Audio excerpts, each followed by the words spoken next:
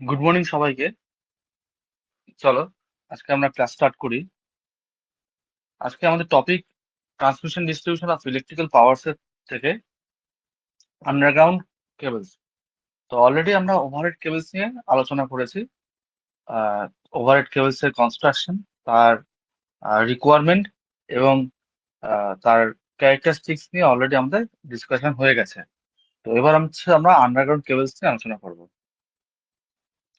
প্রথমেই আমাদের যেটা জানা দরকার যে আন্ডারগ্রাউন্ড কেবলস এর রিকোয়ারমেন্ট কি কি আছে, কেন আমরা আন্ডারগ্রাউন্ড কেবলস এর দিকে যাব, বা একটা আন্ডারগ্রাউন্ড কেবলস এর কি কি রিকোয়ারমেন্ট ফুলফিল করলে তবে সেটাকে আমরা ইউজ করতে পারি।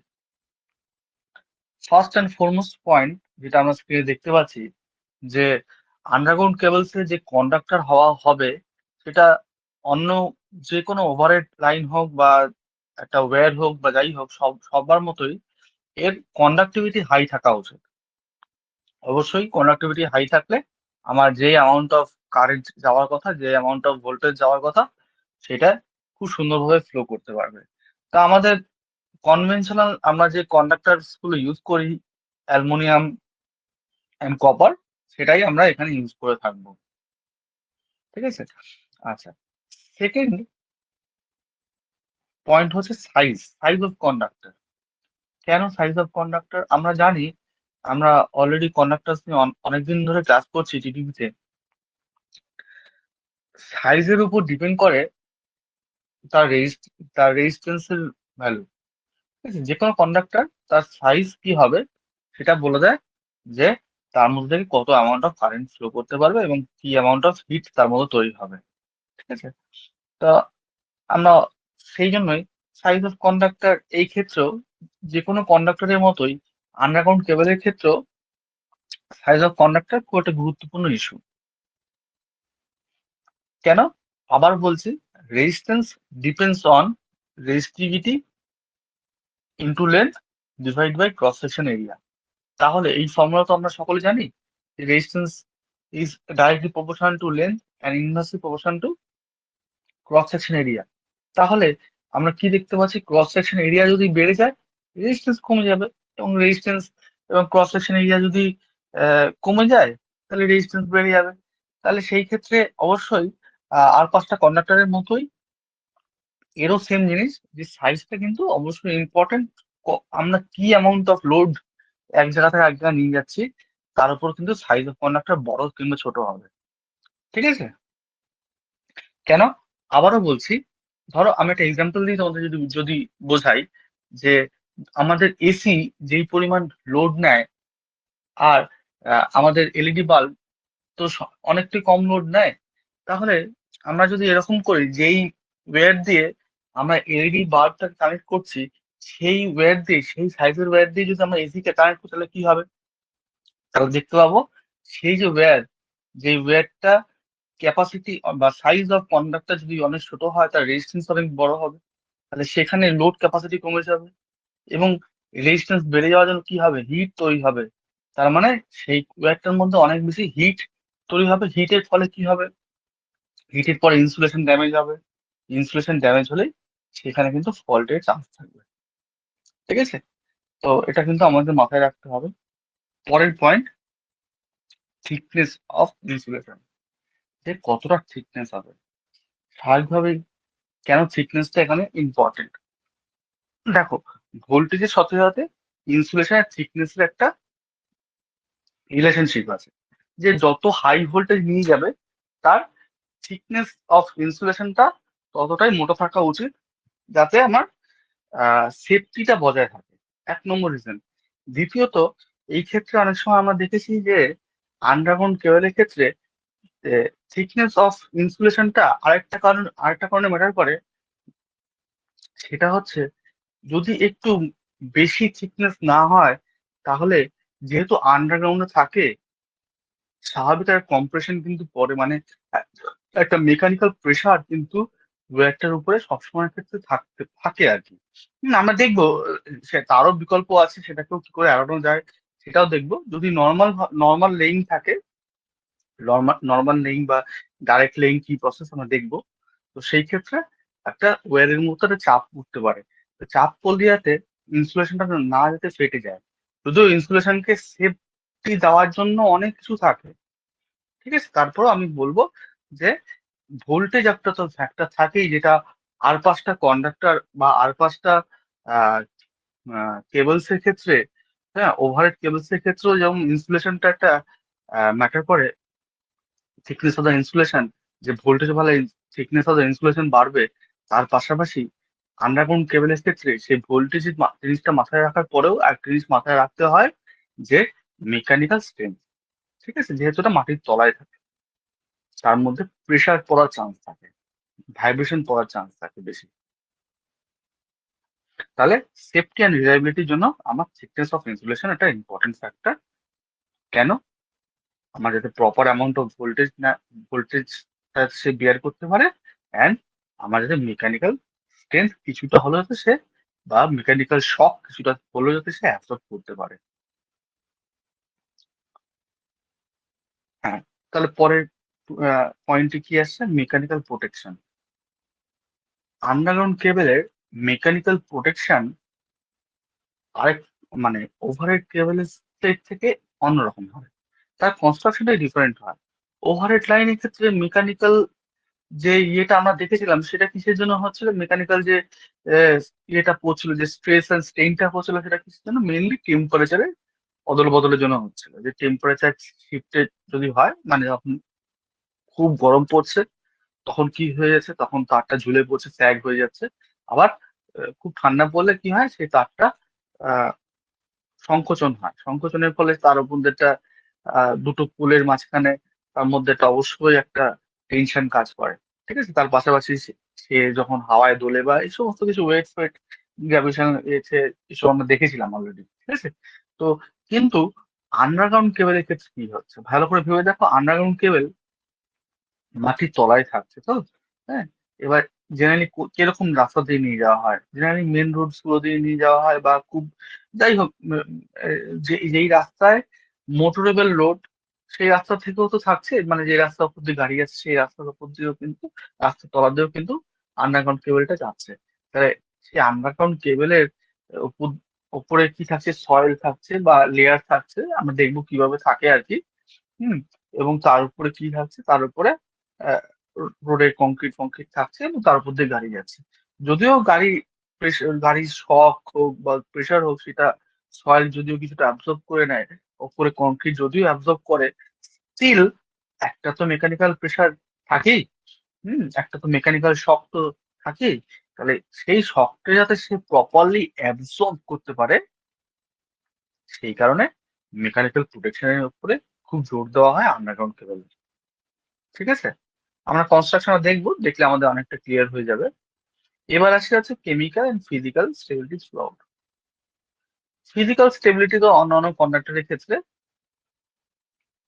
যেমন দরকার পড়ে, আমার এই ক্ষেত্রেও কিন্তু ততটাই ফিজিক্যাল স্টেবিলিটি দরকার পড়ে, বরঞ্চ আমি বলবো আন্ডারগ্রাউন্ড কেবলের ক্ষেত্রে ফিজিক্যাল স্টেবিলিটি ওই মেকানিক্যাল লোড, মেকানিক্যাল স্ট্রেসটা বাদ দিলে অ্যাজ সাচ খুব একটা কিছু নেই, কারণ আন্ডারগ্রাউন্ড কেবল কিন্তু ওয়েদারের উপর এক্সপোজ নয়, হুয়ার ওভারহেড কেবল কিন্তু এতটা পরিমাণে, এতটা পরিমাণে, মানে তোমার ওয়েদারের উপর এক্সপোজ থাকে, তাহলে তার কিন্তু একটা ফিজিক্যাল স্টেবিলিটি এক্সট্রা দরকার পড়ে। কিন্তু কেমিক্যাল স্টেবিলিটি কিন্তু আন্ডারগ্রাউন্ড কেবলের ক্ষেত্রে একটু বেশি দরকার পড়ে। কেন? কারণ মাটির তলা থেকে যাচ্ছে। এবার ভাবো, মাটির তলায় ময়েশ্চার থাকে, অবশ্যই থাকবে ওয়াটার, যেহেতু জলের ভিতরে যে কোনো মাটি কাটলেই, যেখানে মাটি তুমি কাটো না কেন, কিছু অ্যামাউন্ট অফ ময়েশ্চার থাকে, কিছু কিছু জায়গায় গ্যাস থাকতে পারে, ঠিক আছে। আহ মিথেন গ্যাস মূলত থাকতে পারে, বেশিরভাগ জায়গাতে মিথেন গ্যাস থাকতে পারে। কারণ ওখানে তো কিছু, যেখান যেখান দিয়ে কেবলটা পাতা হয়েছে বা গেছে, সেখানে তো কিছু না কিছু অর্গানিজম তো আছেই। হ্যাঁ, গাছের শিকড় হতে পারে, ঠিক আছে। তারপর তোমার পোকামাকড় থাকতে পারে, সেরকম তারা তো মাটির তলাতেই মারা যাচ্ছে। তো তাদের একটা গ্যাস, তাদের একটা ডিকম্পোজিশন হচ্ছে মাটির তলায়, তো অনবরত হিউজ পরিমাণে কেমিক্যাল চেঞ্জেস আমাদের, আহ, যেই চেঞ্জটা বায়ুর মধ্যে কম হয়, এয়ারের মধ্যে কম হয়, ওভারহেড লাইনের ক্ষেত্রে যেটা কম হয়, আন্ডারগ্রাউন্ডের ক্ষেত্রে তো সেটা অনেক বেশি হচ্ছে। সেটাকে জেলার মতো ক্ষমতা থাকতে হবে আন্ডারগ্রাউন্ড কেবলস এর। অ্যাসিডিক হয় কিন্তু মাটি, অ্যাসিডিক হয়, আবার কিছু কিছু জায়গায় মাটি আবার অ্যালকালাইনও হতে পারে। ঠিক আছে? তাহলে এই যে অ্যাসিডিক নেচার অফ সয়েল বা অ্যালকালাইন নেচার অফ সয়েল, তার মধ্যে তার মধ্যে দিয়ে যখন কারেন্ট যাচ্ছে, হিউজ হাই ভোল্টেজ কারেন্ট যাচ্ছে, কন্ডাক্টরটা গরম হচ্ছে ঠান্ডা হচ্ছে, গরম হচ্ছে ঠান্ডা হচ্ছে, ময়েশ্চার অ্যাকুমুলেশন, এই সমস্ত কিন্তু এই কন্ডাক্টরটার মধ্যে হতেই থাকে। ঠিক আছে? তাহলে এই যে কেবলসটার মধ্যে বা এই যে কেবলের আশপাশে যে সমস্ত কেমিক্যাল চেঞ্জেস গুলো হবে, হিট হিট সংক্রান্ত বা কোল্ডনেস সংক্রান্ত বা গ্যাসিয়াস সংক্রান্ত, সেটাকে কিন্তু ঝেলার মতো ক্ষমতা থাকতে হবে আন্ডারগ্রাউন্ড কেবলস। মানে তোমরা বুঝতে পারছো কতগুলো পয়েন্টস কি মাথায় রাখতে হবে একটা আন্ডারগ্রাউন্ড কেবল যখন একটা কোম্পানি বানায়, তার এই রিকোয়ারমেন্টস গুলো কিন্তু অবশ্যই মাথায় রাখতে হবে, এবং তোমাদের মাথায় রাখতে হবে পরীক্ষার খাতায় লেখার জন্য। এরপরে আমরা দেখবো কনস্ট্রাকশন অফ আন্ডারগ্রাউন্ড কেবলস। প্রথমেই যেদিকে দেখতে পাচ্ছ দেখো কন্ডাক্টর লেখা আছে। ঠিক আছে? তাহলে এগুলো হচ্ছে কন্ডাক্টর, যাদের মাধ্যমে আমার ভোল্টেজ বা যাদের মাধ্যমে আমার ইলেকট্রিক্যাল এনার্জিটা একটা জায়গা থেকে একটা জায়গা ফ্লো করছে। ঠিক আছে? সেন্ডিং এন্ড থেকে রিসিভিং এন্ডের দিকে যাচ্ছে। মানে আমি যদি বলি পাওয়ার স্টেশন থেকে বা আমার যেখান থেকে তাকে ডিস্ট্রিবিউশন করা হচ্ছে সেখান থেকে টুয়ার্ডস লোড পয়েন্ট বা টুয়ার্ডস রিসিভিং এন্ডের দিকে যাচ্ছে। এখানে আমরা কি দেখতে পাচ্ছি দেখো, তিনটে কন্ডাক্টর আছে। ঠিক আছে? এবং প্রত্যেকটা কন্ডাক্টর থেকে আলাদা করা আছে কার দ্বারা? ইনসুলেশনের দ্বারা। ঠিক আছে? এবার একটা জিনিস বলে রাখি, এই এই যে কন্ডাক্টরটা দেখছি, এই যে কনস্ট্রাকশনটা দেখছি, এটা একটা থ্রি ফেজ সিস্টেমের কন্ডাক্টর। ঠিক আছে? নট নেসেসারি যে সবসময় তিনটেই কোর থাকবে বা তিনটেই কন্ডাক্টর থাকবে, এটাকে কোর বলা হয়। ঠিক আছে? থ্রি কোর বলা হয়। সবসময় যে তিনটেই কোড থাকবে এটা কিন্তু নেসেসারি নয়। কেন? কারণ একটা সিঙ্গেল লাইনও যেতে পারে। ফর এন এক্সাম্পল ধরো, রাস্তার ভেতর থেকে একটা মানে আন্ডারগ্রাউন্ড একটা লাইন গেছে, গিয়ে শুধুমাত্র যে রাস্তার যে স্ট্রিট লাইট গুলো তাতে আমার পাওয়ার সাপ্লাই হয়েছে। তাহলে যদি তাতে পাওয়ার সাপ্লাই হয়, তাতে তাতে একটা সিঙ্গেল ফেজ গেলেই তো হয়ে যাচ্ছে। তাহলে সেই ক্ষেত্রে একটা সিঙ্গেল কন্ডাক্টর থাকবে। অবশ্যই তার থিকনেসটা কমে আসবে। কেন? যেহেতু তার মধ্যে থেকে ভোল্টেজ কমে যাচ্ছে, থিকনেস অবশ্যই কমবে। কিন্তু এই ক্ষেত্রে আমরা কি দেখতে পাচ্ছি, তিনটে কন্ডাক্টর, এবং তিনটে কন্ডাক্টর তিনজনের মানে তিনটে আলাদা আলাদা ফেজ কে নিয়ে যাচ্ছে, এবং তিনটে ফেজ কে কিন্তু এক একটা ফেজের থেকে কিন্তু আলাদা করা আছে কার দ্বারা? ইনসুলেশনের দ্বারা। এবার কি ইনসুলেশন এখানে ইউজ করা হয় আমরা সেটা নিয়ে পড়বো পরে। আমরা বাকিগুলো দেখে নিই। তারপর দেখা যাচ্ছে শীট, তারপর দেখা যাচ্ছে বেরিং, আর্মার, তারপর হচ্ছে সার্ভিং। তাহলে এগুলো কি জিনিস? ইনসুলেশনটা তো আমরা জানি, কিন্তু বাকি যে টার্মস গুলো আমাদের কাছে সামনে এসছে, সেই টার্মস গুলো অনেকটাই নতুন, তাই না? চলো তাহলে আমরা দেখে নিই টার্মস গুলো কি কি আছে। তো যেমনটা বললাম, প্রথমে হচ্ছে আমরা কোর নিয়ে আলোচনা করব। তো অলরেডি আমি তোমাদের বলে দিয়েছি, এটা হচ্ছে একটা থ্রি কোর কন্ডাক্টর। এরকম সিঙ্গেল কোর কন্ডাক্টরও কিন্তু হয়। ঠিক আছে? তো কন্ডাক্টর কি দিয়ে তৈরি হয়? কন্ডাক্টরটা কপার ইউজ করা হতে পারে বা অ্যালুমিনিয়াম করা হতে পারে। তোমরা জানো ইউজ করা হয়। তো কোড নিয়ে আসতে আমি খুব ডিটেলসে যাচ্ছি না, পরেরটাতে চলে আসে। কোর কাকে বলে নিশ্চয়ই বুঝতে পেরেছো। এবার ইনসুলেশন নিয়ে কথা বলি। দেখো ইনসুলেশনটা কি, এই যেমন বললাম তিনটা থেকে আলাদা করা আছে, আবার একটাও থাকতে পারে। যটাই থাকুক তার উপরে কিন্তু কন্ডাক্টরের উপরে অবশ্যই একটা ইনসুলেশন থাকবে। ঠিক আছে? এই ইনসুলেশনটা কি মেটেরিয়াল দিয়ে করা হয়, এটা একটা বড় জিনিস। এই ক্ষেত্রে আমরা যে মেটেরিয়াল গুলো ইউজ করি, দ্যাট ইজ পেপার। এটা একটা স্পেশাল টাইপ অফ পেপার, যে পেপারটা রেজিনের মধ্যে সোক করা থাকে। ঠিক আছে? রেজিনে ভেজানো থাকে, এবং তাকে একটা প্রসেস করা হয়। তার ফলবর্তীকালে তার ইলেকট্রিক স্ট্রেংথ অনেকটাই বেড়ে যায়। ঠিক আছে? তারপর কি ইউজ করা হয়? তারপর হতে পারে যে ভালকানাইজড রাবার, এটাও একটা স্পেশাল টাইপ অফ রাবার। যে রাবারটাকে আমরা একটা স্পেশাল কেমিক্যাল ট্রিটমেন্ট করি, এবং তার আরো বেশি ডাইইলেকট্রিক স্ট্রেংথ, শুধু ডাইইলেকট্রিক স্ট্রেংথ না, এই পেপার বা রাবারের ক্ষেত্রে ডাইইলেকট্রিক স্ট্রেংথ যেমন এর ইমপ্রুভ করা হয়, তার পাশাপাশি থার্মাল স্টেবিলিটি আনা হয়, যাতে হিট হিটে যাতে এরা নষ্ট না হয়। ঠিক আছে? তাহলে একটা দুভাবে তাকে ইনসুলেশন করা হয়, দুভাবে তার ইনসুলেশন প্রপার্টি বাড়া হয় দুটো জিনিসের উপরে। একটা হচ্ছে তার ইলেকট্রিক্যাল ইয়েটাকে বাড়ানো হয়, হ্যাঁ, আর একটা হচ্ছে তার হিটিং ক্যাপাসিটিটাকে, হিটটাকে সহ্য করার ক্যাপাসিটিটাকে বাড়ানো হয়। ক্লিয়ার? তাহলে ইনসুলেশন সম্পর্কে নিশ্চয়ই আমাদের ক্লিয়ার হয়েছে। এবার আসি, এই যে যে শীটটা আমরা দেখেছিলাম, এটা কি? এটা মূলত মেটালিক শীট থাকে। এটার এটার কাজ কি? এটা প্রথম এর ইয়েটা কিসের থাকে বলে দিচ্ছি। এটা মেটালটা, যে মেটালিক শীটটা থাকে, সেই মেটালটা হতে পারে লেড কিংবা অ্যালুমিনিয়াম। এবার এর কাজ কি? এর কাজ হচ্ছে, দেখো আমরা যদি ধরি যে কন্ডাক্টর আর ইনসুলেশন, এটা হচ্ছে মেইন পার্ট অফ দ্য কেবল, তাই তো? কন্ডাক্টরের মাধ্যমে কি যাচ্ছে? আমার ইনপুট, যেখান থেকে ইনপুট হচ্ছে, আর সেখান থেকে এনার্জিটা ফ্লো হয়ে গিয়ে আউটপুটে যাচ্ছে। তাহলে আমার প্রাইমারি এইমটা কি? প্রাইমারি এইম হচ্ছে যাতে আমার ডিসরাপশন না হয়, যাতে আমার যাতে আমার ক্ষতিগ্রস্ত না হয়, যে কনজিউমার আছে সে যাতে ক্ষতিগ্রস্ত না হয়, তাই তো? সে যাতে কনস্ট্যান্ট সাপ্লাইটা পায়, তাই তো? তাই, বা আমার যাতে লিকেজ না হয় বা কোনো রকম ফল্ট না হয়। তাহলে আমার কি দরকার? আমার দরকার হচ্ছে এই কন্ডাক্টরকে আর আমার যে ইয়েটা আছে, মানে যে ইনসুলেশন আছে, এই দুটোকে রক্ষা করা খুব দরকার। এখন কার থেকে রক্ষা করা দরকার? রক্ষা করা দরকার ময়েশ্চার থেকে। আমি প্রথমেই বললাম, যেহেতু মাটির তলায় অতি অবশ্যই ক্যাপিলারি অ্যাকশন বা বিভিন্ন কারণে, যেহেতু মাটির তলায় ওয়াটার থাকে, তাহলে ওয়াটার থাকলে অবশ্যই ময়েশ্চার থাকবেই।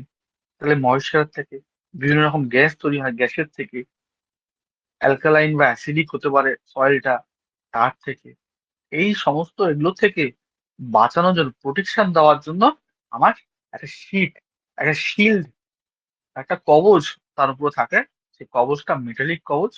আর সেটা কি কি মেটাল দিয়ে হতে পারে? লেড কিংবা অ্যালুমিনিয়াম। ঠিক আছে? বোঝা গেল? ক্লিয়ার? এরপরে আসি বেডিং। ঠিক আছে? বেডিংটা কি জিনিস? বেডিংটা কি কি দিয়ে হয়? বেডিংটা হয় হচ্ছে জুটের হয়। ঠিক আছে? জুট বা এরকম টাইপের কোনো মেটাল দিয়ে করা হয়।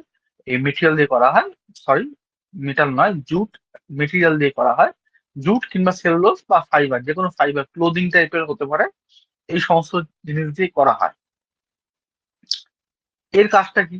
এর কাজ হচ্ছে, এই যে মেটালিক শিটটাকে আমি ইউজ করছি, হ্যাঁ, এই মেটালিক শিটকেও করোশন থেকে বাঁচার জন্য আমরা কি ইউজ করছি? কপার ইউজ করছি বা অ্যালুমিনিয়াম ইউজ করছি।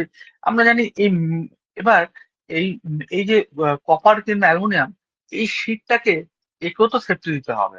এও তো অ্যাসিডের সাথে রিয়াক্ট করে, এও তো বেসের সাথে, অ্যালকালাইনের সাথে রিয়াক্ট করে, তাই তো?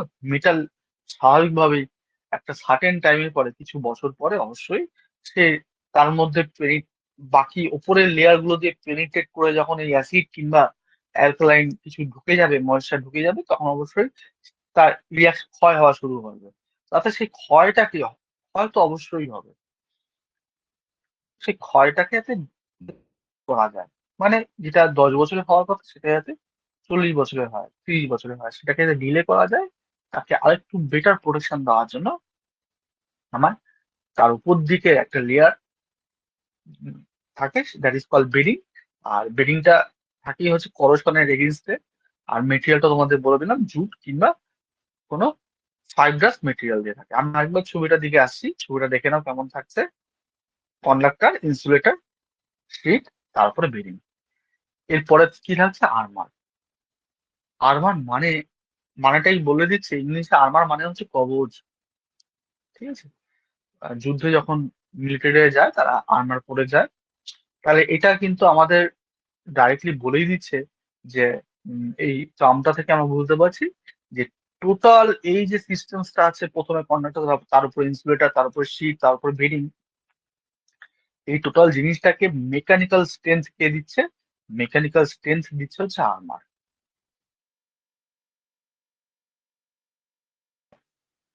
আর্মার হচ্ছে জিআই তারের হয়, গ্যালভানাইজ স্টিলের। সময় তোমরা দেখেছো যে গ্যালভানাইজ স্টিলের যে ওয়্যার, সেই ওয়্যার উপর উপর দিয়ে কি করা থাকে? উপর দিয়ে পেঁচানো থাকে। এটা তারের উপরে যেই সমস্ত মেকানিক্যাল শক বা মেকানিক্যাল প্রেশার হবে, অ্যাবসর্ব করার জন্য। ঠিক আছে? ক্লিয়ার? গ্যালভানিক ওয়্যার ছাড়া ছাড়া ছাড়া স্টিল টেপও কিন্তু ইউজ করা হয়। স্টিলের টেপ হয়, যেরকম আমাদের পিভিসি টেপ হয় সেরকম স্টিলেরও টেপ হয়, সেই টেপটা পুরো র্যাপ আপ করা থাকে, ঠিক আছে। সেটা কিন্তু আমি বলছি জিআই কোথায় ইউজ করা হবে, কোথায় স্টিল টেপ ইউজ করা হবে, এটা কোম্পানি ভেদেও আলাদা হতে পারে। আবার ইউজ কোথায় হচ্ছে, ঠিক আছে, কোথায় কোন জায়গাতে ইউজ হচ্ছে, সেখানে মেকানিক্যাল কি কি প্যারামিটার্স আছে তার উপর ডিপেন্ড করেও কিন্তু যে কোম্পানি কেবল ইউজ করবে, তারা যে কোম্পানি কেবল ম্যানুফ্যাকচার করে তাদেরকে বলে দেয় যে আমাদের কেবলের উপর দিয়ে এত পরিমাণ মেকানিক্যাল লোড যাবে, তারপরে আপনারা কিন্তু কি ইউজ করবেন সেটা আপনারা বুঝে নেবেন, ঠিক আছে। এইভাবেই হয়ে থাকে। চলো পরের স্লাইড যাই। এরপরে হচ্ছে সার্ভিং। এই সার্ভিংটা আর্মারকে প্রোটেক্ট করার জন্য, ঠিক আছে। আমরা কিন্তু পুরো এই যে কন্ডাক্টরের পরে বাকি যে লেয়ার গুলো পড়ছি পড়ছি পুরোটা কিন্তু প্রোটেক্টিভ লেয়ার হিসেবে তাদের আহ, এরা কিন্তু প্রত্যেকেই কিন্তু আমাদের কি করছে, কেবল মেন যে কন্ডাক্টর তাকে কিন্তু প্রোটেকশন দিয়ে আছে, বা সিস্টেমটাকে যাতে প্রপার থাকে সেই জন্য সেই জিনিসের চেষ্টা করে যাচ্ছে। তো এটা কিসের হয়, এটা পিভিসি হতে পারে বা ওই জুট বা ফাইবার মেটেরিয়াল হয়, ঠিক আছে। এটা কি করে, এটা টোটাল সিস্টেমসটাকেই আমি যদি বলি, আর মেনলি আর্মারকে প্রোটেকশন দেয়। আর্মারের উপর একটা কুশনিং এফেক্ট তৈরি করে, ঠিক আছে। আর্মার আর্মার যেহেতু ও আর্মার যেহেতু ডাইরেক্ট কন্ট্যাক্টে, মানে একদম আউটার মোস্ট লেয়ার হয়ে যাচ্ছে, হুম, তাহলে সে তো ডাইরেক্ট সয়েলের সাথে কানেকশন থাকছে, ডাইরেক্ট গ্যাস, ডাইরেক্ট অ্যাসিড কিংবা ডাইরেক্ট তোমার বেস সয়েল বা এনভায়রনমেন্টের এই ভেতরে মাটির তলায় যে তার উপর থাকছে, তো তাকে প্রোটেকশন দেওয়ার জন্য এই উপরে ফাইব্রাস লেয়ার কিংবা অনেক সময় আমরা দেখেছি পিভিসিও থাকে, ঠিক আছে। ক্লিয়ার? নিশ্চয়ই কনস্ট্রাকশন অফ কেবলস আমাদের বোঝা গেছে। আমি আরেকবার ছবিটা তোমাদের দেখিয়ে দিচ্ছি, ছবিটা দেখে নাও। নিশ্চয়ই আমাদের কাছে এখন এতক্ষণে মাথায় ঢুকে গেছে যে কোনটার কোন কি কাজ এবং কি মেটেরিয়াল এখানে ইউজ করা হয়। এই ছবিটা নিয়ে আমরা পরে আলোচনা করব। এটা হচ্ছে কেবল কিভাবে পাতা হচ্ছে, কেবল লেইং প্রসেস, এটা নিয়ে আমরা পরে আলোচনা করছি। এবার আমরা চলে আসি হচ্ছে অ্যাডভান্টেজ অফ আন্ডারগ্রাউন্ড কেবলস। এখন অ্যাডভান্টেজ অফ আন্ডারগ্রাউন্ড কেবলস নিয়ে যদি আমরা আলোচনা করতে চাই, তাহলে সেখানে প্রথমেই বলতে হবে ওভারহেড কেবলস এর ডিসঅ্যাডভান্টেজ কি ছিল। সব থেকে বড় ডিসঅ্যাডভান্টেজ ছিল হচ্ছে এই যে আজকে আমাদের কি হলো, খুব ঝড় বৃষ্টি আমরা দেখলাম, তাই তো, বাদ চমকালো, থান্ডারিং হলো। তো এরকম সময় কি হয়, এরকম সময় এই যে থান্ডারিং পরে অনেক সময় কি হয়, এই লাইটনিং এসে ডাইরেক্ট আমার লাইনের উপর চার্জ হতে পারে, হয়, আমরা দেখেছি, হতে পারে মানে হয়, বহু সময় হয়। আবার অনেক সময় হয় কি, এই যে ডাল ভেঙে, গাছের ডাল ভেঙে এই যেখান দিয়ে তোমার যে লাইন গুলো যাচ্ছে তার সংলগ্ন যে সমস্ত গাছ থাকে, হ্যাঁ, তার পাশাপাশি যে গাছগুলো থাকে তার ডাল ভেঙে অনেক সময় কি হয়, লাইনের উপর পড়ে যেতে পারে। পড়ে গেলে কি হবে, লাইন টু লাইন ফল্ট হয়ে যায়, তাই তো। বা অনেক সময় তারটাই ছিঁড়ে পড়ে গেল, লাইন টু গ্রাউন্ড ফল্ট হয়। তাহলে এই সমস্ত ফল্টস গুলো কিন্তু আমার ওভারহেড লাইনে এবং খুব খুব ডিস্টার্ব করে। এবার সেইখান থেকে বাঁচা যাবে যদি আমরা আন্ডারগ্রাউন্ডে করি। আন্ডারগ্রাউন্ডের মধ্যে করলে এই ধরনের ফলস আর হবে না, ঠিক আছে, ফল্ট গুলো হয় না, ঠিক আছে। কেবলটা আমরা যখন দেখলাম, সেক্ষেত্রে যেহেতু ইন্ডিভিজুয়াল ফেজ লাইন নেই, আমার কেবলটা ছিঁড়ে যাওয়ারও চান্স কম, তাই না। এবার তোমাদের মাথায় একটা প্রশ্ন আসতে পারে, স্যার বাস তো লাইটনিং তো মাটির মধ্যে, মাটিতেই আগে হিট করে বেশিরভাগ সময়। হ্যাঁ, হিট করলেও যেহেতু আমরা আর্থকে বলি সব থেকে বড় ক্যাপাসিটার, সেই জন্য, বা যেই যে সিস্টেমস আমার আন্ডারগ্রাউন্ড কেবল বা যতটা ভিতরে করা হয়, সেখানে chances of penetration of charge is very low, তার জন্য সেফ থাকে, ঠিক আছে। তার মানে আন্ডারগ্রাউন্ড কেবল কিন্তু আমাদের ওই ওয়েদার এক্সপোজ বা ওয়েদারের জন্য, এক্সটার্নাল কারণের জন্য যে সমস্ত কারণের জন্য ফল্টস গুলো হয়, সেখান থেকে বাঁচতে পারা যায়। দ্বিতীয়ত, আন্ডারগ্রাউন্ড কেবলস এর ক্ষেত্রে আমরা দেখেছি মেনটেনেন্স অনেক কম থাকে। কেন? ওই যে আবার সে একই কথা, ওভারহেড লাইন কি থাকে, overhead line expose to weather থাকে, তাই না। হিউজ পরিমাণে হিট হিট ওর মধ্যে হিট অ্যাবজর্ব করছে, হ্যাঁ, আবার ঠান্ডার সময় ঠান্ডা অ্যাবজর্ব করছে। তাহলে তার ফলে কি হয়, তার ফলে একটা মেকানিক্যাল স্ট্রেস তৈরি হয় কেবলসটার মধ্যে। তাই কেবলটা অনেক সময় ছিঁড়ে যেতে পারে। উম, উম, এবার কেবলটাকে যেগুলো দিয়ে আটকে রাখা হয়, জয়েনিং করা হয়, বা কেবলটাকে যেখানে তোমার যে ইনসুলেশনের থ্রুতে আটকানো হয় সেটাও ভেঙে যেতে পারে। তো সেটা খুব হাইলি পিরিয়ডিক মেনটেন্স দরকার পড়ে, কেমন? শুধু তাই নয়, এর পাশাপাশি সার্জ থাকে, এই থাকে সার্জ, যদিও আন্ডারগ্রাউন্ডের ক্ষেত্রেও সার্জ থাকে, কিন্তু তার এফেক্টটা কম থাকে। সার্জের জন্য যে ক্ষতিটা হতে পারে তার এফেক্ট গুলো অনেক কম থাকে। তাহলে আরেকটা জিনিস কি বুঝলাম, রেস্ট মেনটেন্যান্স। 2 নম্বর, ওভারহেড লাইনের ক্ষেত্রে কিন্তু অনেক বেশি অ্যাক্সিডেন্ট হতে পারে। ঠিক আছে, তারটা ছিঁড়ে পড়ে গেল মাটিতে, সেই ক্ষেত্রে কিন্তু আহ একটা, আমরা দেখেছি কিছুদিন আগেই, আমরা দেখেছি যে গত বছর যখন আমাদের কলকাতায় বিশাল জল জল হয়ে গেল, সেক্ষেত্রে কেবলস ছিঁড়ে পড়ে গেল, এবং তারপরে কিন্তু এখানে আমরা লাইফ লসও দেখেছি। 9 জন আমাদের সহনাগরিককে আমরা হারিয়েছি আন্ডারগ্রাউন্ড কেবলস এর ক্ষেত্রে। এই ধরনের লসেস গুলো, এই ধরনের অ্যাক্সিডেন্টস গুলো কিন্তু অ্যাভয়েড করা যায় খুব ইজিলি। দ্বিতীয়ত, voltage drop through out the cables এর মধ্যে। ভোল্টেজ ড্রপটা কিন্তু, যেভাবে আন্ডারগ্রাউন্ড কেবলস এর কনস্ট্রাকশন হয়, যেভাবে আন্ডারগ্রাউন্ড কেবলস এর প্যারামিটার গুলো থাকে না, সেই ক্ষেত্রে আহ, আমরা দেখেছি যে অ্যামাউন্ট অফ ভোল্টেজ আমরা রিসিভিং সেন্ডিং এন্ডে রাখি, ঠিক সেই অ্যামাউন্ট অফ ভোল্টেজ বা তার যে ড্রপটা হয়, হ্যাঁ, রিসিভিং এন্ডে যে ড্রপটা হয় সেটা কিন্তু অনেক কম হয় রিলেটিভলি টু ওভারহেড লাইনের ক্ষেত্রে। ওভারহেড লাইনের ক্ষেত্রে আমরা, আমাদের মধ্যে এই অনেক কিছু লসেস, আরো বেশি এক্সট্রা কিছু লস কিন্তু আমাদের ওভারহেড লাইনের ক্ষেত্রে থাকে, ঠিক আছে? যেটা আন্ডারগ্রাউন্ড লাইনের ক্ষেত্রে থাকে না। ঠিক আছে। আচ্ছা, এরপরে পয়েন্ট হচ্ছে, ওভারহেড লাইনের ক্ষেত্রে, ওভারহেড লাইনের যে লাইফ স্প্যান হয় সেটা কিন্তু অনেক কম হয় রিলেটিভলি টু আন্ডারগ্রাউন্ড কেবলস এর ক্ষেত্রে। আন্ডারগ্রাউন্ড কেবল কিন্তু অনেক দিন চলে। তাহলে এটার কারণও তাই একই রকম, যে আমাদের ওয়েদার এক্সপোজটা একটা বড় ফ্যাক্টর।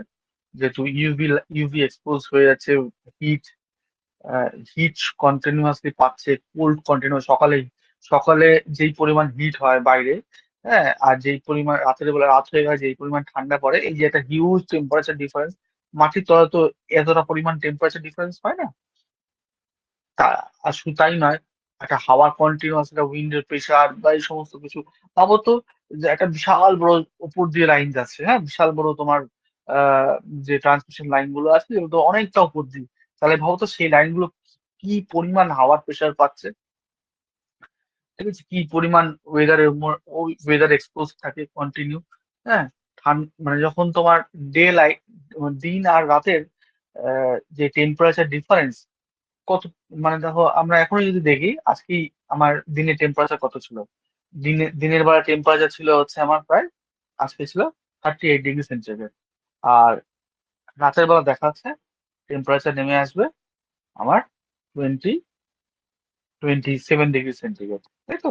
তাহলে দেখো এইটা একটা হিউজ ডিফারেন্স, প্রায় 11°সেন্টিগ্রেডের ডিফারেন্স হচ্ছে। মাটির তলায় কি এতটা ডিফারেন্স হয়? মাটির তলায় 2 থেকে 3 ডিগ্রি, বা হার্ডলি হয়তো এক এক 1 কি 2 ডিগ্রি টেম্পারেচারের ডিফারেন্স হয়। তাহলে সেই ক্ষেত্রে কিন্তু কেবলটা অনেক সুরক্ষিত থাকবে। চলো পরের পয়েন্ট দেখি। পরের পয়েন্ট অবশ্যই বিউটিফিকেশন। ওভারহেড লাইন, ওভারহেড লাইনে কিন্তু অনেক বেশি জঞ্জাল টাইপের দেখতে লাগে, তাই না? একটা শহরকে অনেক বেশি জঞ্জাল, একটা উপর থেকে লাইন যাচ্ছে, কেমন একটা লাগে। তুমি তোমার বাড়ির সামনে দিয়ে লাইন গেলে পরে ছবি তুললে পরে সেই লাইনটার ছবি আসলে খুব বাজে লাগে, তাই না? আমরা দার্জিলিং এর ক্ষেত্রে দেখেছি, দার্জিলিং কে এমন ভাবে ইলেকট্রিক্যাল লাইন্স দিয়ে, কেবল দিয়ে মুড়ে ফেলা হয়েছে যে তুমি একটা ভালো ছবি তুলবে পেছনে কাঞ্চনজঙ্ঘাকে রেখে, সেটা কিন্তু হয় না। এর পাশাপাশি আরো একটা জিনিস বলবো, আহ শুধুমাত্র বিউটিফিকেশন নয়। ধরো আমরা নর্থ কলকাতার বা অনেক সরু সরু, বা সাউথ কলকাতার, সাউথেও আছে, সাউথ কলকাতাতেও আছে, বা বড় বড় শহর মেট্রোপলিটন সিটিতেও আছে, সরু সরু গলি আছে। ধরো একটা গলি, ধরো 5 ফুট 6 ফুটের গলি, তার দুপাশ থেকে প্রচুর, মানে রেসিডেন্সিয়াল হতে পারে, কমার্শিয়াল হতে পারে, বিশাল বড় বড় বিল্ডিংস আছে, এবং জমজমাট পপুলার পপুলেশন এলাকা, ঠিক আছে, বস্তি স্ল্যাম এলাকা হতে পারে। তো সেখানে তো মানুষের সেফটি চাই। তো সেখানে ওভারহেড লাইন থাকলে কেমন হবে বলো? এটা 5 ফুটের রাস্তা, তার মধ্যে যদি ওভারহেড লাইনের যদি পোস্ট থাকে, প্রথম কথা পোস্টটাই ঘিরে নেবে এখন তোমার প্রায় 2 ফুট রাস্তার মতো। শুধু তাই না, দুপাশে তো বাড়ি আছে, একটা বাড়ি থেকে হাত বাড়িয়ে সে কেউ ছুঁয়ে ছুঁয়ে ছুঁয়ে ফেলতে পারবে। তাহলে সেই ক্ষেত্রে কি হবে? সেই ক্ষেত্রে চান্সেস অফ অ্যাক্সিডেন্ট বেড়ে যাবে, চান্সেস অফ থেফট, চুরি করার প্রবণতা কিন্তু মানুষের বেড়ে যাবে, যে তুই একদম আমার জানলার সামনে আমি হুক করে নিয়ে নিলাম, লাইন আমার চলছে, ঠিক আছে। তো এই সমস্ত কিছুকে বন্ধ করার জন্য আমি আন্ডারগ্রাউন্ড কেবলস কিন্তু সব থেকে বেটার উপায় এই সমস্ত কেসে, ঠিক আছে। তাহলে এতক্ষণ আমরা অ্যাডভান্টেজ অফ আন্ডারগ্রাউন্ড কেবলস আলোচনা করলাম। পরীক্ষায় যদি আসে অবশ্যই এই পয়েন্টস গুলো কিন্তু অবশ্যই তোমরা কিন্তু, এরপরে আমরা কি আসবো, ড্রব্যাকস অফ আন্ডারগ্রাউন্ড কেবল। তাহলে কি ড্রব্যাকস হতে পারে? আন্ডারগ্রাউন্ড কেবলস এর ক্ষেত্রে সব থেকে বড় ড্রব্যাকস হচ্ছে ইনিশিয়াল কস্ট। আন্ডারগ্রাউন্ড কেবলের কস্টিং, কেবলটার দাম প্রচুর, এবং কেবলটাকে যখন পাততে হবে ভাবো, তোমাকে মাটি খুঁড়ে পাততে হবে।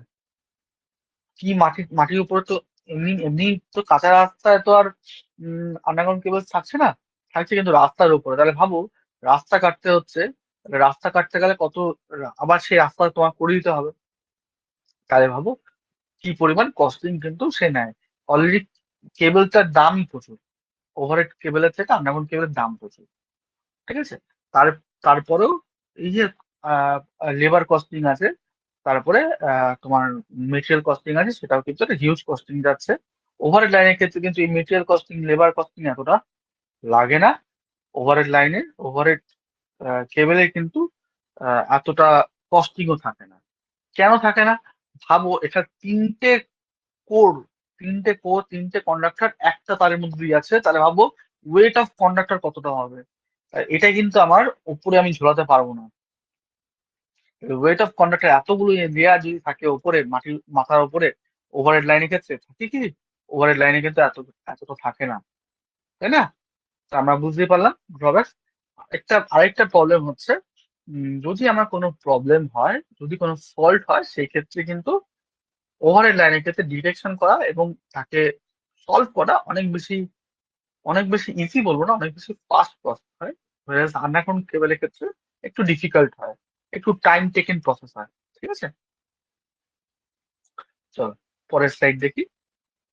পরের স্লাইড, অবশ্যই আমরা ইনসুলেটিং মেটেরিয়াল নিয়ে আলোচনা করব। ইনসুলেটিং মেটেরিয়ালটা ইম্পর্টেন্ট জিনিস। আহ, কেন? ইনসুলেশন যত ভালো হবে, তত আমরা তত আমার ফল্টের চান্স কম থাকবে, তাই তো? এটা আমরা এতদিনে বুঝে গেছি।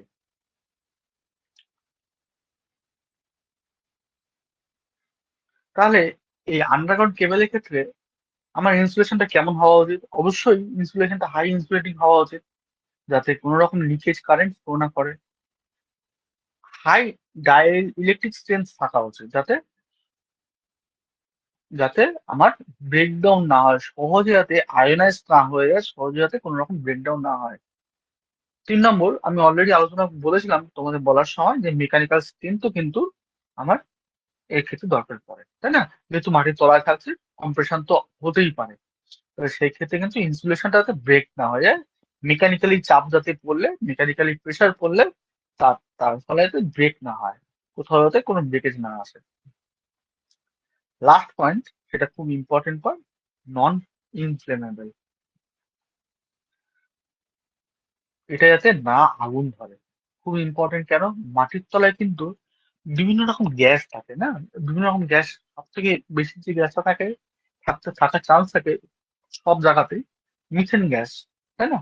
মিথেন গ্যাস থাকতে পারে। তো এবার যেহেতু ওর মধ্যে হিট তৈরি হচ্ছে, এর ফলে আগুন ধরে যেতে পারে। বা এরকম হতে পারে, ভেবে দেখো, কোথাও একটা ফল্ট হয়েছে, তাহলে সেই ফল্টের জন্য কি হবে? ফল্টের জন্য অবশ্যই বা একটা লিকেজ হয়ে গেছে কোথাও একটা, ঠিক আছে। এবার সেখানে ফল্ট হলে কি হবে? অবশ্যই একটা ইলেকট্রিক্যাল আর্ক তৈরি হবে। এখন ইলেকট্রিক্যাল আর্ক তৈরি হয়েছে, এখন ইনসুলেশনটা কি দিয়ে করা হয়? ইনসুলেশনের মেটেরিয়ালটা আমরা কি দেখলাম? পেপার কিংবা রাবার। পেপার কিংবা রাবার যদি এর মধ্যে আগুন ধরে যায়, তাহলে কি হবে? টোটাল লাইনটা মানে যত যত কিলোমিটার থাকবে, যত যত মাইলকে মাইল থাকবে, পুরো আগুন ধরে যাবে, পুরো শক্ত লাইন পুরো শেষ হয়ে যাবে। যাতে সেটা না হয়, ভেবে দেখো কতটা কতটা ডেঞ্জার। কোনো একটা জায়গায় ধরো একটা লাইন পাতা আছে, 30 কিলোমিটার লাইন পাতা আছে, হতেই তো পারে, হয় হয়তো। এবার ধরো কোনো একটা সার্টেন পয়েন্টে ধরো একটা ফল্ট হয়ে গেছে, অনেকদিন ছিল মেনটেনেন্সের অভাবে, আর যে কোনো কারণে ফল্ট তো হতেই পারে। আমরা তো ফল্ট একদম অ্যাভয়েড করতে পারি না, তো ফল্ট যদি হয় তাহলে সেই ক্ষেত্রে ইলেকট্রিক্যাল একটা আর্ক তৈরি হয়েছে, এবং তাতে যে পেপারটা ইনসুলেটিং ছিল সেটা কি হয়েছে, জ্বলে গেছে, আগুন লেগে গেছে। এখন সেটা যদি আগুন লেগে যায় তাহলে কি হবে, ভাবো তো। ওই টোটাল 30 কিলোমিটার পুরো যদি পেপারটা পুড়ে যায় তাহলে কি হবে, একটা বিশাল বড় ফল্ট তৈরি হবে, বিশাল ডিজাস্টার হবে, পুরো কেবলটা নষ্ট হয়ে যাবে, তাই না? এটা যাতে না হয়, এটা মাথায় রাখতে হবে। আশা করি তোমাদের ক্লিয়ার হয়েছে। পরের টপিক বা পরের পয়েন্টস হচ্ছে নন হাইড্রোফোনিক। স্বাভাবিকভাবেই এখানে কিন্তু ময়েশ্চার, যেহেতু মাটির তলা দিকে আছে আছে এখানে আমরা মাথায় বারে বারে মাথায় রাখতে হবে ময়েশ্চারের কথা। ময়েশ্চার যাতে না আসবে জমে। ভেবে দেখো, যেহেতু কন্ডাক্টর আর তার মধ্যে থেকে huge amount of load continue flow করছে, তাহলে সেই ক্ষেত্রে কিন্তু কি হবে, সেই ক্ষেত্রে কিন্তু কন্ডাক্টরটা বাড়বে এবং ছোট হবে, তাই তো? কন্ডাক্টরের মধ্যে থেকে কারেন্ট গেলে পরেই তার মধ্যে সেটা হিট হবে, হিট হবেই। ঠিক আছে? যতই আমার রেজিস্ট্যান্স কম থাকুক, রেজিস্ট্যান্স তো থাকবেই। আর জুলস এফেক্টের জন্য আমার হিটও হবে, I²R T। তা আর তো থাকবেই, আর তো জিরো করে দিতে পারছে, আর তো একটা থাকবেই, তাহলে আর যদি থাকে হিটও হবে, কেন, কারেন্ট তো যাচ্ছে। তাহলে হিট যদি হচ্ছে, লোড যদি যাচ্ছে, তাহলে সেই ক্ষেত্রে যেহেতু কন্ডাক্টর, তাহলে সে তো বড় হবে ছোট হবে, বড় হবে ছোট হবে, তাহলে সেই ক্ষেত্রে বড় হবে ছোট হবে, তাহলে সেইখানে কি হবে, ময়েশ্চার এসে জমবে। এখন যদি ময়েশ্চার এসে জমা শুরু করে, আর তাকে যদি ইনসুলেটিং লেয়ার যদি ময়েশ্চারটাকে বাধা দিতে পারে, তাহলে কি হবে, ইনসুলেটিং লেয়ার যদি সে ময়েশ্চারটাকে অ্যাবজর্ব করতে থাকে তাহলে কি হবে। মাথায় রাখতে হবে ইনসুলিন লেয়ার কিন্তু ময়েশ্চার রিটার্ডেন্ট হতে হবে, ময়েশ্চারকে সরিয়ে দিতে হবে। সে যদি ময়েশ্চারকে নিজে অ্যাবজর্ব করে, তাহলে কিন্তু তার ব্রেকডাউন অবধারিত, কারণ সে তার ময়েশ্চার যদি অ্যাবজর্ব করে, তার ইলেকট্রিক যে স্ট্রেংথ থাকবে সেটা কমে আসবে। এখন আমি ভেবেছি ডাইলেকট্রিক স্ট্রেংথ আছে এক্স, ময়েশ্চার অ্যাবজর্ব করে হয়ে গেছে ওয়াই, আমার যাচ্ছে যে অ্যামাউন্ট অফ ভোল্টেজ, সেই অ্যামাউন্ট অফ ভোল্টেজ কিন্তু যাবে। তাহলে তখন কি হবে, যেহেতু ডাইলেকট্রিক স্ট্রেংথ কমে গেছে, ফল্ট হবে, তাই না? আমি একটা এক্সাম্পল দিচ্ছি, ধরো তুমি একটা শুকনো কাঠ আছে, শুকনো কাঠের যে পরিমাণ ইনসুলেটিং পাওয়ার থাকবে, ভেজা কাঠের তো ইনসুলেটিং পাওয়ারটা কমে আসবে। এখন আমি 33 কিলো ভোল্ট লাইন আছে, তার উপরে আমি শুকনো কাঠ দিয়ে লাইনের উপর দিয়ে, ওপেন লাইনের উপর দিয়ে আমি দাঁড়িয়ে কাজ করছি, কারেন্ট খাবো? নিশ্চয়ই খাবো না। আমি এবার যদি কাঠটা ভেজা হয়, সেই কাঠ থাকে, তারপর যদি আমি পাড়া দিয়ে রাখি, তাহলে কি হবে, অবধারিত আমি কারেন্ট খাবো। এই সেই সেম জিনিস। হ্যাঁ, টার্মটা মনে রাখতে হবে, নন হাইগ্রোস্কোপিক, ঠিক আছে? আচ্ছা, এরপরে হচ্ছে আমাদের যে ইনসুলেটিং মেটেরিয়াল, সেই মেটেরিয়ালটা কিন্তু লো কস্টে হতে হবে। হ্যাঁ, কারণ আমরা এমন কিছু দিয়ে বানাবো না যাতে তার কস্টিং, ইনসুলেটিং হয়তো ভালো রইলো কিন্তু তার কস্টিং হাই হয়ে যাচ্ছে, তাই না? এরকম কিন্তু আমরা কেন মেটেরিয়াল ইউজ করবো না। আমাদের যারা মেটেরিয়ালজি নিয়ে যারা পড়াশোনা করছে আর মেটেরিয়াল নিয়ে পড়াশোনা করে, তাদের কিন্তু এটা কাজ। তারা আহ, এই যে প্রপার্টি অফ ইনসুলেটিং মেটেরিয়াল, এটাকে ঠিকঠাক রেখে এমন কি জিনিস দিয়ে করলে লো কস্টিং হবে, সেটা তার কিন্তু বার করতে হবে। আমি একটা এক্সাম্পল দিই, সব থেকে গুড কন্ডাক্টর কি, সিলভার। কিন্তু আমরা কি সিলভার কি অ্যাজ এ কন্ডাক্টর হিসেবে কোথাও ব্যবহার করি? জেনারেলি, জেনারেলি কেন, 99.99 সময় করি না, খুব স্পেশাল কিছু রেয়ার কেসে করি। ঠিক আছে? আমরা কপার বা অ্যালুমিনিয়াম ইউজ করি, কারণ এটা কমার্শিয়াল, তাই না? এটা তার কস্টিং সিলভারের থেকে অনেক কম। সেরকমই এমন কোনো মেটেরিয়াল আমরা ইউজ করবো না যে মেটেরিয়ালে, যে ইনসুলেটিং মেটেরিয়াল হয়তো খুব ভালো কিন্তু তার কস্টিং অনেক হাই, সেরকম কিছু ইউজ করবো না। ঠিক আছে? আচ্ছা, তারপরে কি, তারপরে অবশ্যই আমাদের মাথায় রাখতে হবে ময়েশ্চার হয়ে গেল, এবার মাথায় রাখতে হবে অ্যাসিড কিংবা অ্যালকালাইনের সাথে রিয়াকশন করা যাবে না। ঠিক আছে? মাথায় কি কি রাখতে হচ্ছে? মাথায় গ্যাসের কথা মাথায় রাখতে হচ্ছে, ময়েশ্চারের কথা মাথায় রাখতে হচ্ছে, ফায়ারের কথা মাথায় রাখতে হচ্ছে। এরপরে কিন্তু মাথায় রাখতে হবে অ্যাসিড কিংবা অ্যালকালাইনের কথা। অ্যাসিড কিংবা অ্যালকালাইন যেহেতু মাটির মধ্যে থাকছে, মাটিটা soil may be acidic or may be alkaline in nature, সেই ক্ষেত্রে কিন্তু আহ, আমার রিয়াকশন করা যাবে না। ঠিক আছে, তাহলে কেমিক্যাল স্টেবিলিটি কথাও আমরা এখানে আলোচনা করে দিলাম। এবার ইনসুলেটিং মেটেরিয়াল দেখো কি কি হতে পারে, অলরেডি আমরা ডিসকাস করেছি। পিভিসি হতে পারে, আমরা এর পরেও ইনসুলেটিং মেটেরিয়াল নিয়ে ডিসকাশন করব।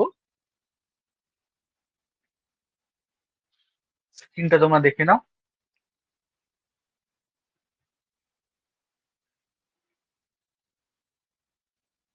আচ্ছা, এবার আসি আমরা ক্লাসিফিকেশন অফ কেবল। আন্ডারগ্রাউন্ড কেবলে কিন্তু অনেক টাইপের ক্লাসিফিকেশন হয়। ঠিক আছে, আমরা পরবর্তীকালে দেখবো কনস্ট্রাকশন নিয়ে ক্লাসিফিকেশন। এখন স্ক্রিনে যেটা আছে, এটা ভোল্টেজের উপর ক্লাসিফিকেশন, এরপরে ইনসুলেটিং মেটেরিয়ালের উপর ডিপেন্ড করে কিন্তু ক্লাসিফিকেশন হয়। আমরা তিনটি টাইপের দেখবো। তো স্ক্রিনে এখন যেটা দেখা যাচ্ছে, সেটা আমরা দেখতে পাচ্ছি কি ক্লাসিফিকেশন করা হয়েছে on the basis of voltage. তাহলে লো টেনশন কেবলস কাদেরকে বলবো? এটা অ্যাজ ইট ইজ, এটা একটা স্ট্যান্ডার্ড রুলস করে দেওয়া আছে। ঠিক আছে, বিআইএস এর একটা স্ট্যান্ডার্ড চার্ট করা আছে, সেই চার্ট অনুযায়ী এটাকে আমরা বলে থাকি। ঠিক আছে, এটা মোটামুটি অল ওভার ওয়ার্ল্ড এর ক্ষেত্রে এটা কিন্তু একটা স্ট্যান্ডার্ডাইজেশন মেনটেন করা হয়। বিশেষ করে তো অবশ্যই 50 হার্জ যেখানে ফ্রিকোয়েন্সি সাপ্লাই হয়, সেই সমস্ত দেশের ক্ষেত্রে স্ট্যান্ডার্ডটা মোরলেস সেমই থাকছে। ঠিক আছে, তো লো টেনশন কেবল 1 কেবি পর্যন্ত লো টেনশন কেবল বলা হয়, 11 কেবি পর্যন্ত হাই টেনশন কেবল বলা হয়, সুপার টেনশন কেবল বলা হয় 22 থেকে 33 কেবি। এক্সট্রা হাই টেনশন কেবল সেটা 33 থেকে 66 কিলো ভোল্ট, এবং এক্সট্রা সুপার ভোল্টেজ কেবল সেটা কিন্তু বিয়ন্ড 132 কিলো ভোল্ট। তার মানে আমরা কিন্তু হিউজ পরিমাণ ভোল্টেজ কিন্তু আন্ডারগ্রাউন্ড কেবলের থ্রুতে পাস করতে পারি, যেরকম ওভারহেড লাইনের ক্ষেত্রে পাস করাতে পারি, আন্ডারগ্রাউন্ড কেবলের ক্ষেত্রেও কিন্তু আমরা হিউজ ভোল্টেজ পাস করাতে পারি। ঠিক আছে, চলো পরের স্লাইড দেখি। এবার আমরা কেবলকে ক্লাসিফিকেশন করব on the basis of construction. এবার এই কনস্ট্রাকশনটা অলরেডি আমরা দেখেছি, তাই না? কিন্তু আমরা সাইড ভিউ দেখেছি। এবার আমরা যে ভিউটা দেখছি, দেখো এই যে ভিউটা, এটা হচ্ছে ক্রস সেকশন ভিউ। তাহলে কি থাকছে? দেখো ভেতরে কি থাকছে, একদম ভিতরে থাকছে ওই ব্লু কালারের ডট দেওয়া, ওটা হচ্ছে কপার বা অ্যালুমিনিয়াম। তার মানে ওটা হচ্ছে কোর। কোরটাকে ঘিরে কি থাকছে? একটা পেপার থাকছে, ইনসুলেটিং লেয়ার থাকছে। তারপরে কি থাকছে? তারপরে থাকছে ওই লেদের একটা শিট থাকছে, এবং তারপরে আর্মার থাকছে, তার উপরে সার্ভিং থাকছে। তাই তো? এই হচ্ছে আমরা দেখতে পাচ্ছি। একবার ভালো করে তোমরা দেখে নাও, এটা একদম মাথার মধ্যে ঢুকিয়ে নাও। এর উপর ডিপেন্ড করে আমরা এর কি করব, এর ক্লাসিফিকেশন করব। ঠিক আছে, কনস্ট্রাকশন ওয়াইজ ক্লাসিফিকেশন করব। তাহলে পরের স্লাইডে আসছি। তো এই আন্ডারগ্রাউন্ড কেবলকে আমরা on the basis of construction আমরা একে তিনটে টাইপের ভাগ করতে পারি। ঠিক আছে, এবার যেহেতু কনস্ট্রাকশন ডিফারেন্স হচ্ছে, সেই জন্য কনস্ট্রাকশনের সাথে সাথে কেবলের কনস্ট্রাকশনের সাথে ভোল্টেজ বা তার লোড ক্যারিং লিমিটেশনও একটা থাকে, ভোল্টেজ ক্যারিং লিমিটেশনও থাকে। তো সেই ক্ষেত্রে আমরা কি দেখতে পাচ্ছি, বেল্টেড কেবল যদি হয় সেটা 11 কেবি পর্যন্ত নিয়ে যেতে পারছে। স্ক্রিনড কেবল যদি হয় সেটা 22 থেকে 66 কেবল পর্যন্ত নিয়ে যেতে পারছে। এই আমরা দেখবো এই বেল্টেড কেবল আর স্ক্রিনড কেবল দিয়ে করা হয়, এর মধ্যে যে ইনসুলেশনটা ইউজ করা হয়, এতক্ষণ যে ইনসুলেটিং মেটেরিয়ালের কথা, যেটা পেপার বা রাবার বা পিভিসি বেলে থাকছে, এটা তো সলিড। তাহলে এই যে প্রথম দুটো ক্যাটাগরি, এই দুটো ক্যাটাগরিতে সলিড ইনসুলেটর ইউজ করা হয়। থার্ড যে পয়েন্টটা আছে, থার্ড যে কেবলটা আমরা দেখতে পাচ্ছি, এটা প্রেসার কেবল। এটা বিয়ন্ড 66 কিলো ভোল্ট যদি থাকে, সেই ক্ষেত্রে আমার প্রেসার কেবল ইউজ করা হয়। প্রেসার কেবলের ক্ষেত্রে ইনসুলেটিং মেটেরিয়ালটা অন্যরকম হয়, অন্যরকম ভাবে সাপ্লাই করা হয়।